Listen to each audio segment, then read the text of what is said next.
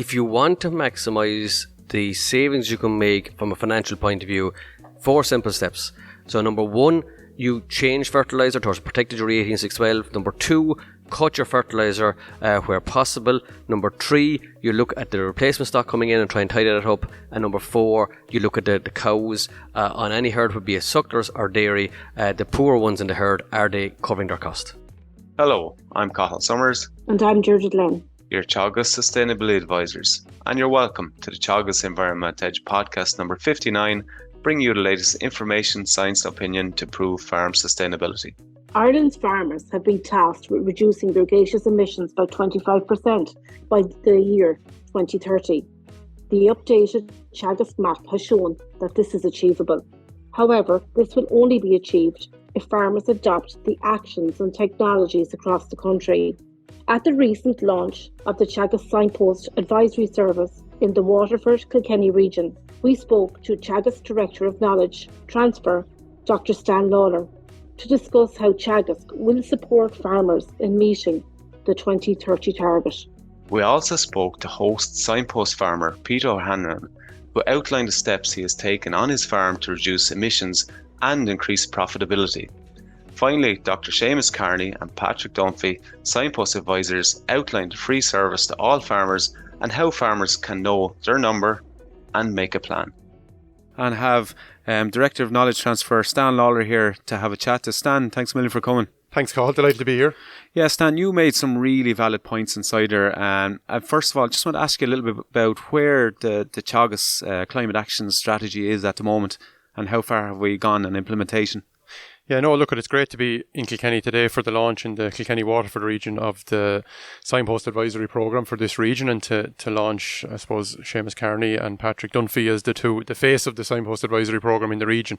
We had a great turnout of both industry partners, both within the Signpost Programme and also other people in the industry, but also farmers, including a lot of our Signpost demonstration farms as well. And to be here today, I suppose, is very timely given the fact of what happened yesterday in Teagasc. We launched our Teagasc MACC 2023, which is the third iteration of the marginal abatement cost curve for mitigating greenhouse gas emissions from agriculture. And really, I suppose, where today's event and the launch of the MACC curve yesterday brings together really well what Teagasc set out to achieve within their climate strategy, which was launched at the end of 2022. And within that, there was 3 key pillars to where Teagasc want to lead and be at the forefront in terms of supporting farmers and the industry to get where we need to get to in terms of greenhouse gas emissions targets. So within our strategy that we launched back last year, we had 3 key pillars. One was around coordinating and facilitating the maximisation of the outcome we can get from our research that's going on around the organisation in greenhouse gases. And yesterday was a great example of that, which brought together a huge wealth of research knowledge and work over recent years to update the marginal abatement cost curve. And that launch, really the message was very simple. What our MACC curve that we launched yesterday is showing is that it is possible to achieve the targets that are set out for agriculture, but the other key message is that it will take really high adoption rates. And that's where it blends in really well with what we're doing today in the Kilkenny Waterford region, launching the Signpost Advisory Programme here, as we have in all of the other regions around the country as well. Because really what we're trying to do with this programme is put in place the information being made available to farmers through the advisory supports and advisory programme we have, but also to put in place the advisory supports that are going to be required by farmers in order to adopt and take on these technologies, which are going to be so important. And not only to get these technologies working on some farms, but to maximise their adoption as much as possible across as many farms as possible. And that's what today's launch is about, to set up that programme in the region as we have for the rest of the country. So it's extremely positive. We know that we can do it by 2030. We know it's going to be a big push for a lot of adoption, but the strategy has fulfilled a lot of what it's asked to do. We have the advisors on the ground now to support the farmers in Signpost. We also have the system AgNav that a farmer can actually know their carbon number. And finally, like you said yesterday from the MACC launch yesterday, the research is starting to output already. So I suppose the big one, know your number, is going to be very helpful. At least farmers have something to aim at. Know your number is really important. And I mean, I suppose what we can see and what we're well aware of is there's a massive awareness and buy-in to the challenge that's there for the sector. There's buy-in at industry level and there's buy-in at farm level. What we've put in place now with the AgNav program, and that was a key pillar of the Teagasc climate strategy, to develop this system with our partners in ICBF and Board BIA. And what we have for the first time now is the opportunity for a farmer to do exactly as you say, to know my number. Because a lot of farmers are very aware of the technologies available. They're very aware of what the sector needs to do, but maybe not quite sure what they need to do at home. And what we have with AgNav now is a system where a farmer can see not only the total emissions from the farm, but also what is contributing to those emissions. Is it methane? Is it nitrous oxide? What is the big contributing factor? And therefore, what are the most appropriate things for me to do on my farm? And that's where Know My Number, Make My Plan comes in. And that's why AgNav is so important. And AgNav now is the tool, and the Signpost Advisory Programme is building on AgNav as a tool available to help communicate that to farmers and help farmers engage with their own data. But likewise, the Signpost Advisory Programme coming in behind that is also to follow up with the farmers and give the farmers the support to help and adopt the best practice that they know they need to do. Some measures are relatively straightforward. Going out and buying a different type of fertiliser, for example, is something which is relatively easy to do, or spreading your slurry a different way. But other things are more complicated. They take trial and error from farmers in terms of things like clover adoption, reducing nitrogen. Those have impacts across the whole farm. And advisory support and industry support that's there to help farmers to take that on and guide them and support them in their journey to making progress. That's what the Signpost Advisory Programme is doing, and that's what it's trying to put in place. Super. Thanks a million, Stan. So, Peter, we're here in Thomastown and we've met a couple of times now. But what kind of a farming enterprise are you undertaking here? Yeah, so we were originally a suckler system and we kind of branched into calf to beef. So we're purchasing maybe 220, 230 dairy bred calves, Friesians, Angus, Hereford, Limousines from the dairy herds, buying them in about 2 or 3 weeks of age, and they're brought straight through to slaughter. And where do you source them then? All the calves are sourced locally. We're sourcing from 5 different farmers at the moment, 5 local enough farmers. I've been dealing with these guys for the last, I suppose, 4 or 5 years. Calves are not travelling any more than 15, 20 minutes in the trailer. So I know what the lads are like and I know what the calves are like, so it's a big help. That's fantastic. And so can you tell us a little bit, how did you get involved with this programme? How did you get involved with the Signpost programme? I suppose I originally started out in the Green Acres calf to beef programme, and that branched into the Dairy Beef 500 programme, which also branched into the Signpost programme. So I suppose we're doing a lot of the stuff for the Signpost through those programmes, and I suppose that's why we're probably picked our candidates for the Signpost. So they had your history and they knew that you were progressive anyway and a good adapter of technologies. So the programme involves 12 steps or thereabouts. And I think, having met you before on a couple of occasions, you were already incorporating a lot of the good technologies on this farm anyway. So could you just elaborate on some of the things that you are doing? Yeah, sure. I suppose some of the stuff we're doing, we're using 100% low emissions slurry spreading. We have our own dribble bar there, and I suppose that helps soil fertility and trying to get to, I suppose, the paddocks that you wouldn't normally get to. We're incorporating clover in nearly everything we're doing now, white clover in most of the reseeds, and I suppose we have another 35 acres of red clover silage sward done this year. So you're reducing your nitrogen reducing as a chemical nitrogen. That's brilliant. So not planning on putting any chemical nitrogen on the red clover silage. Excellent. Yeah. And certain stages of the year, then reducing the chemical nitrogen on the white clover if there's enough white clover. When are you spreading your slurry then as well? Sure, spreading slurry in the spring, Okay. and then different this year now we'll be keeping a bit for the red clover silage. Yes. Because we don't want to use any of the chemical nitrogen. Yeah, and that fits into your system. Yeah. I suppose we're also reducing the age of slaughter in the animals. I suppose through animal health, grassland management, buying off the correct farmers. That's right. Try and buy the right calf. Source good EBI, exactly. You also have done a lot of soil sampling here over the years and applying lime, haven't you? Yeah, I suppose we have a programme done. I suppose with the 2 calf to beef programmes, we have good advisors as well, and we have a liming programme in place, and we're putting out lime every year.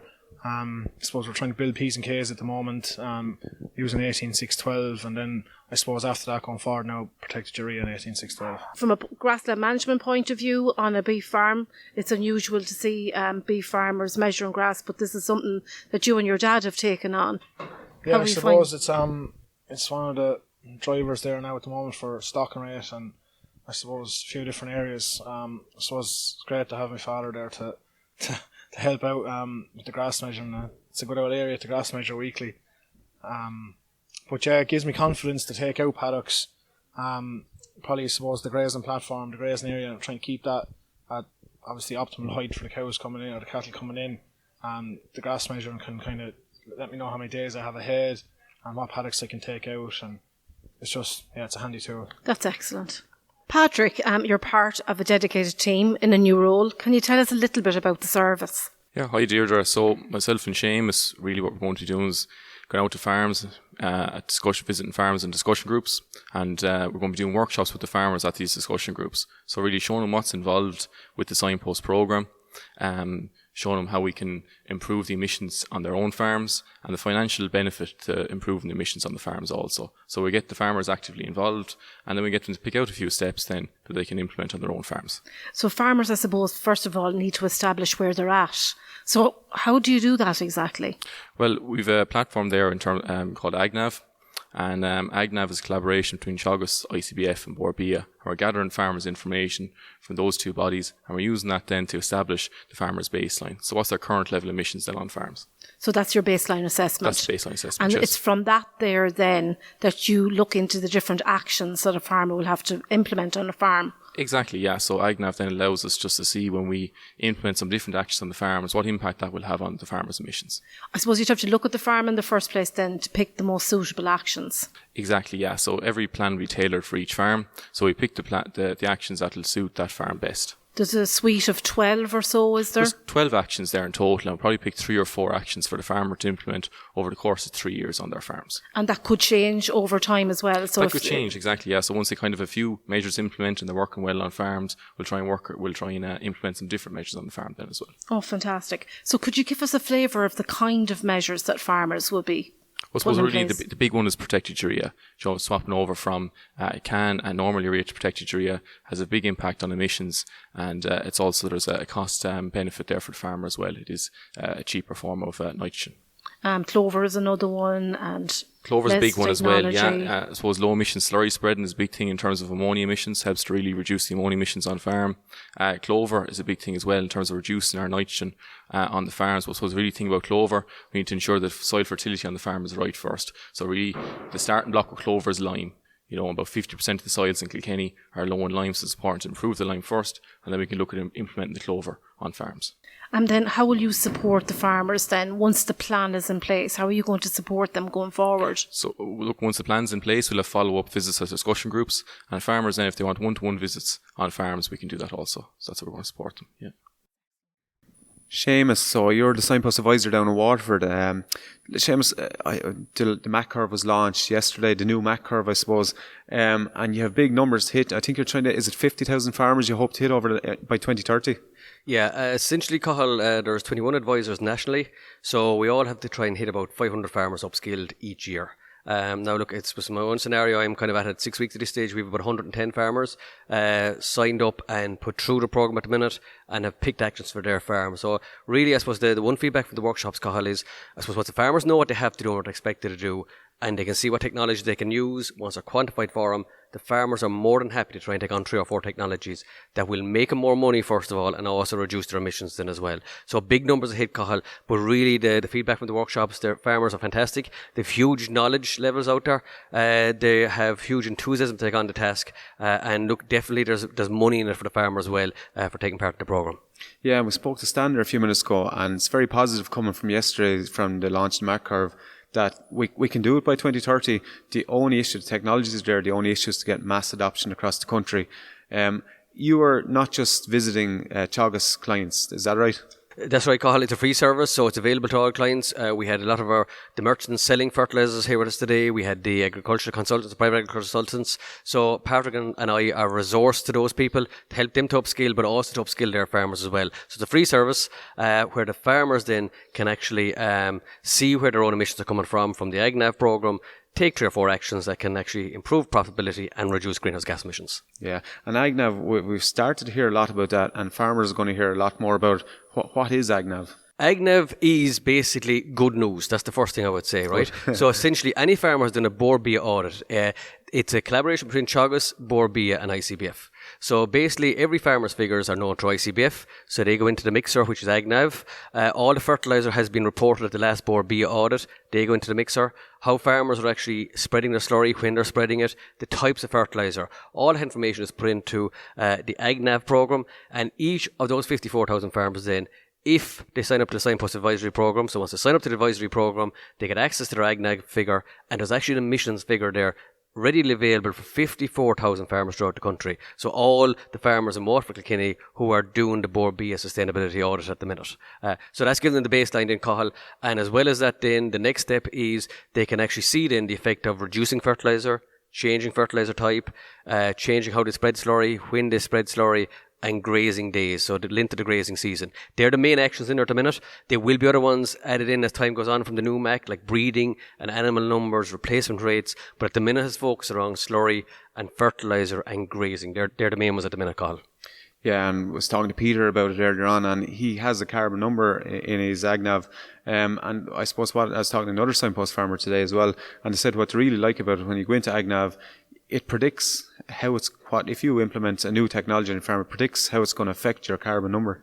And the beauty, Cathal, is there's actually a slider, so you slide where you want to get to, and it'll tell you how it'll actually do for the emissions. The plan long term is there'll be euro figures beside those emissions figures. For now, we've the emission figures. And really what we're finding with AgNav, Cathal, is farmers, if they change to 90% protected urea, cut the fertiliser by about 10, 15, 20%, move towards low emission slurry spreading in the springtime, we can get to 8-10% on a lot of farms, which is getting very close to getting halfway to where farmers need to get to. And our technologies can be implemented on any farm. Yeah, and Gary Lanigan said yesterday as well that it's not just doing something once, we have to do it continually all the time. So if you're going to use protected urea, it's forever to reach our 2030 targets. And I suppose that's where your advisory service comes in. Absolutely. And I suppose maybe the best way of putting it, Cathal, is like the MACC. It's really championship hurling now at this stage. We have to go hard and fast. So we have to take on all the technologies as hard as we can, as fast as we can, really to hit that in figure to reach a 25% reduction in emissions by 2030. And Seamus, how do farmers, how are they going to work this AgNav? Is it with the support advisor, or will they have access to it themselves? Yeah, what we're doing at the groups in the minute, Cathal, is the farmers are signing up to the programme, so we can get access to give access to AgNav. So we're able to quantify in what they've done to reduce emissions to date, the technologies they've taken on. We can see it in by going to 90% protected urea, reducing their fertiliser by 10-15%, moving to low emission slurry spreading, what extra they can get by taking on those technologies. Now the farmer as well, Cathal, once they've signed up to the Signpost Advisory Programme and they've access to AgNav, they can go into agnav.ie, so agnav.ie, and they log in with their ICBF codes in order to get into AgNav. But you have to sign up to the Teagasc Signpost Advisory Programme in order to get access to your AgNav figures. But any farmer sign up to the programme, Cathal, it's a big advantage that you do sign up. You can see your figure there straight in front of you. They do get access then through the agnav.ie website and to use their ICBF logins. Lovely. And Patrick, you're Peter's Signpost advisor. So I know you're after running his figures through AgNav already. In fairness to Peter, he's actually doing a lot of the actions already. But you have made, I suppose, come up across some ideas where you can actually help improve his carbon footprint. Yeah, so I suppose the big thing really was the change over from standard urea to protected urea and reduce the amount of can used on the farm as well. So just by doing that, I think there was a reduction of about 3.5% in Peter's emissions just with that one action alone, which is huge. And when you added in reduced nitrogen and low emission spreading into AgNav, it came up with 7.5% of reduction. 7.5% of reduction, yeah. Which is massive. Which is big, which is very big, yeah. And I suppose he's a Signpost farmer, so we expect a lot of our Signpost farmers are going to be doing a lot of the right things, but there's going to be a big percentage of the country that might be doing only a few on the list, so there's big gains to be made across the country. Exactly, yeah. I suppose Peter already started off from a very good point of view. Like, the farm is already in very good order, and he's implemented a lot of these technologies already. So a lot of farmers who aren't implementing these technologies will see a bigger boost again. Yeah. And can you just clarify then what the difference between total emissions and carbon footprint, just for the listeners?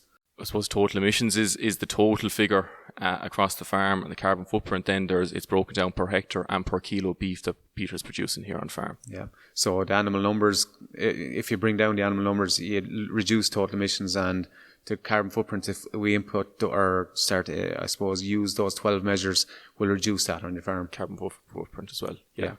And Seamus, one last, just to finish up, what is the final key messages? We're looking for massive adoption in the next, by 2030. What's any final message you want to put out to the audience? Yeah, the big message, Cathal, is if you want to maximise the savings you can make from a financial point of view, 4 simple steps.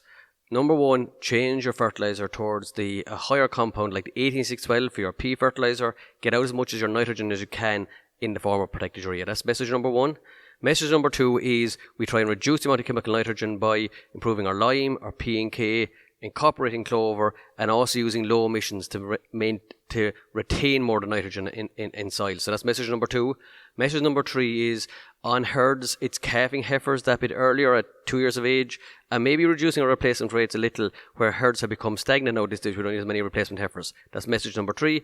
Message number 4, we need to look at the 5% of the poor stock on any farm. Are they adding any value, only extra work? So number 1, you change fertiliser towards protected urea 18612. Number 2, cut your fertiliser where possible. Number 3, you look at the replacement stock coming in and try and tidy that up. And number 4, you look at the cows on any herd, would be a sucklers or dairy. The poor ones in the herd, are they covering their cost? Yeah, and anyone with the peas particularly high, you can go to straights anyway, or you can go to, obviously the nitrogen. The big message coming here for today is you have to go to protected urea.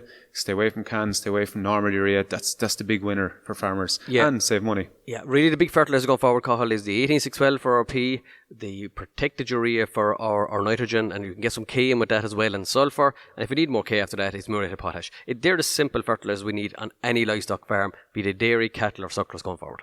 Super. So, Seamus, thanks a million for your time. And you're working down in Waterford, Signpost advisor. And Patrick, you're up in Kilkenny. So anyone who wants to get in contact with lads, just ring the local office and you can sign up for the Signpost advisor programme and get your support. Absolutely. So the Dungarvan office for Waterford, the Kilkenny office, or Mullinavat for Kilkenny, or you go on to teagasc.ie and you log on to the Signpost advisory programme. You can actually register there. That's it for this episode of the Teagasc Environment Edge podcast. Thanks to Stan Lalor, Peter O'Hanrahan, Seamus Kearney and Patrick Dunphy for joining us on the show. Don't forget to rate, review and subscribe to the podcast. You can listen on Apple and Google Podcasts as well as Spotify. And for more information, go to the Teagasc website at teagasc.ie. I'm Cathal Summers. And I'm Deirdre Glenn. Join us next time for the Teagasc Environment Edge podcast, Signpost to Farm Sustainability.